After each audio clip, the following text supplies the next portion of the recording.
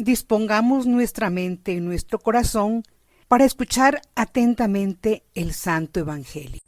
Lectura del Santo Evangelio según San Lucas. Gloria a ti, Señor. En aquel tiempo Jesús volvió a Galilea con la fuerza del Espíritu, y su fama se extendió por toda la comarca. Enseñaba en las sinagogas y todos lo alababan. Fue a Nazaret donde se había criado, entró en la sinagoga como era costumbre los sábados y se puso en pie para hacer la lectura. Le entregaron el libro del profeta Isaías y desenrollándolo encontró el pasaje donde estaba escrito: El Espíritu del Señor está sobre mí, porque Él me ha ungido, me ha enviado para anunciar el Evangelio a los pobres, para anunciar a los cautivos la libertad y a los ciegos la vista, para dar libertad a los oprimidos, para anunciar el año de gracia del Señor. Y enrollando el libro, lo devolvió al que le ayudaba y se sentó. Toda la sinagoga tenía los ojos fijos en él, y él se puso a decirles: Hoy se cumple esta escritura que acaban de oír. Y todos le expresaban su aprobación y se admiraban de las palabras de gracia que salían de sus labios. Palabra del Señor. Gloria a ti, Señor Jesús. Jesús es acompañado siempre por el Espíritu de Dios, el Espíritu Santo. Y es según la voluntad del Padre que Jesús vuelve a Galilea, es decir, a la parte norte del pueblo de Israel, donde se encuentra el pueblo de Nazaret, Cafarnaúm, el lago del Tiberíades o lago de Galilea. Regresa para anunciar la buena noticia del reino de Dios. Y ese anuncio se hace para todas las personas. El Evangelio nos cuenta que cuando Jesús llegó a Nazaret, recuerden que su niñez, su juventud, la pasó en Nazaret, su pueblo, donde él se crió, donde él tenía su familia, donde él tenía sus amigos. Regresaba a la comunidad en la que desde pequeño había participado en las celebraciones durante 30 años, prácticamente 30 años en los cuales había acudido a la misma sinagoga para escuchar la palabra de Dios, para escuchar la enseñanza de los maestros en aquel entonces. Iba normalmente los sábados a recibir esa enseñanza. Ahora el Evangelio nos cuenta que el sábado siguiente, después de haber llegado a Nazaret, va a la sinagoga para estar con sus amigos, para estar con su familia, para estar con su gente y participar de la celebración. Jesús se levanta para hacer la lectura. Toma el texto del profeta Isaías que habla de los pobres, de los presos, de los ciegos, de los oprimidos. El texto de Isaías refleja la situación de la gente de Galilea en tiempo de Jesús. Galilea era una región apartada del centro del pueblo de Israel. El centro era Jerusalén. Galilea estaba muy retirado allá al norte.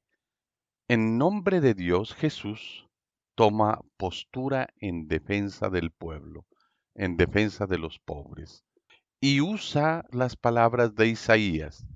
Define con ellas su misión, la tarea de anunciar la buena nueva a los pobres, de proclamar la libertad a los cautivos, a los ciegos, a darles la libertad a los oprimidos. Retomando la antigua redacción de los profetas, proclama un año de gracia del Señor. El pueblo de Israel realizaba un año de gracia, normalmente era cada 7 años. Proclama un año de jubileo. Jesús quiere reconstruir la comunidad. Él quiere reorganizar el clan, que es la manera de agruparse las personas en aquella época en las diferentes comunidades, para que fuera de nuevo expresión de su fe en Dios. Así que si Dios es el Padre, todos y todas debemos ser hermanos y hermanas unos de otros. Eso es lo que quiere Jesucristo, que volvamos a la comunidad a sentir la experiencia de la fraternidad, porque somos hijos del mismo Padre y por lo tanto hermanos. En el antiguo Israel, la gran familia o el clan o la comunidad era la base de la convivencia social. Era la protección de las familias, la protección de las personas, era la garantía de la posesión de la tierra, el cauce principal de la tradición y de la defensa de la identidad del pueblo de Israel estaba puesto en la organización social, en el clan. El clan era la forma concreta en que el amor de Dios se encarnaba en el amor al prójimo. Eran las personas más cercanas, eran los familiares, los vecinos, los amigos, con quienes se vivía mucho más de cerca la experiencia del amor. Defender el clan es defender la comunidad. Defender esa alianza es vivir la experiencia de la fe. En el pueblo de Galilea del tiempo de Jesús existía un doble cautiverio. Marcaba la vida de la gente una doble esclavitud y estaba contribuyendo en la disgregación del clan, en la disgregación de la comunidad. Por un lado, el cautiverio de la política del gobierno de Herodes Antipas, es decir, los romanos estaban dominando a los judíos y por lo tanto ya era una esclavitud. Y una segunda esclavitud es la de la religión oficial, es decir, del judaísmo, que había impuesto tantas normas, tantas leyes a la comunidad. A causa del sistema de explotación y de represión de la política de Herodes Antipas, apoyada por el Imperio Romano, por supuesto, que era el que dominaba en esa época, muchas personas eran excluidas, quedaban sin hogar, quedaban sin trabajo. El clan, la comunidad, se quedó entonces debilitada. Las familias y las personas quedaron sin ayuda, sin defensa. Y la religión oficial, mantenida por las autoridades religiosas del pueblo judío, en vez de fortalecer la comunidad para que pudiera acoger a los excluidos, reforzó aún más ese cautiverio. La ley de Dios se usaba para legitimar la exclusión de mucha gente, exclusión de mujeres, de niños, de samaritanos, de extranjeros, de leprosos, de publicanos, de enfermos, de mutilados, de parapléjicos. Eran excluidos de la comunidad. Y eso era un dolor muy grande para el pueblo. Muchas familias tenían personas excluidas. Era el contrario de la fraternidad que Dios quiso para todos. Tanto la coyuntura política y económica como la coyuntura ideológica, la coyuntura religiosa, conspiraba para hacer más débil a la comunidad, para impedir la manifestación del reino de Dios. El programa de Jesús, que se basa en la profecía de Isaías, ofrece una alternativa. Y es una alternativa muy importante. Terminada la lectura del texto de Isaías, Jesús actualiza el texto y lo enlaza con la vida del pueblo diciendo: hoy se cumplen estas profecías que acaban de escuchar. Isaías, muchísimos años antes de Jesús, las había manifestado, que Dios vendrá en defensa de los oprimidos, en defensa de los minusválidos, en defensa de los excluidos. Y Jesús hoy en la sinagoga ha leído ese texto de Isaías y lo hace presente en el momento con claridad. Hoy se cumplen estas profecías que acaban de escuchar. Su manera de enlazar la Biblia con la vida de la gente produce una doble reacción. Algunos creen y quedan admirados. Están seguros de lo que acaban de escuchar.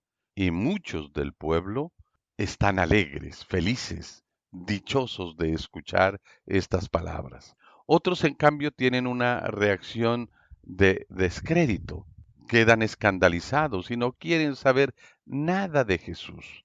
Y por lo tanto vienen preguntas como la que aparece en el Evangelio que hemos escuchado. ¿No es este el hijo de José? Si nosotros lo vimos crecer a este aquí en el pueblo, sabemos quién es, cómo es que se viene a apropiar de las palabras de Isaías. ¿Por qué se quedan escandalizados? Porque Jesús habla de acoger a los pobres, de acoger a los ciegos, de acoger a los oprimidos. Muchos de la comunidad no aceptan la propuesta. Estaban ya acostumbrados a esa manera de vivir, a esa manera de reaccionar, de leyes que habían sido impuestas por parte de los dirigentes del pueblo de Israel. De esta manera, cuando Jesús presenta su proyecto de acoger a los excluidos, él mismo es excluido, él mismo es rechazado, él mismo es dejado a un lado. No le creen. Nosotros tenemos que preguntarnos también en la actualidad, ¿le creemos a Jesús? ¿Creemos las palabras del Señor? Jesús nos invita a enlazar perfectamente la fe en Dios con la situación social de nuestro pueblo. ¿Cómo vivo mi fe en Dios? ¿Solamente en mi interior? ¿Únicamente cuando me acerco al templo y voy a la oración, a la misa? ¿O mi fe la vivo las 24 horas de todos los días, en la relación con mis hermanos, en la familia, en el barrio, en el trabajo, en todos los lugares donde me corresponde vivir? ¿En qué lugar pongo mi fe?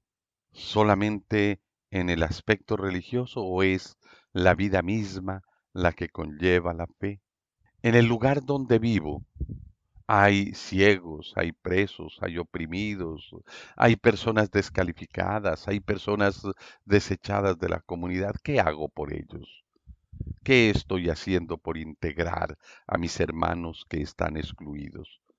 Pidámosle a Jesucristo el Señor que nos conceda la gracia de poder vivir con mayor autenticidad nuestra fe.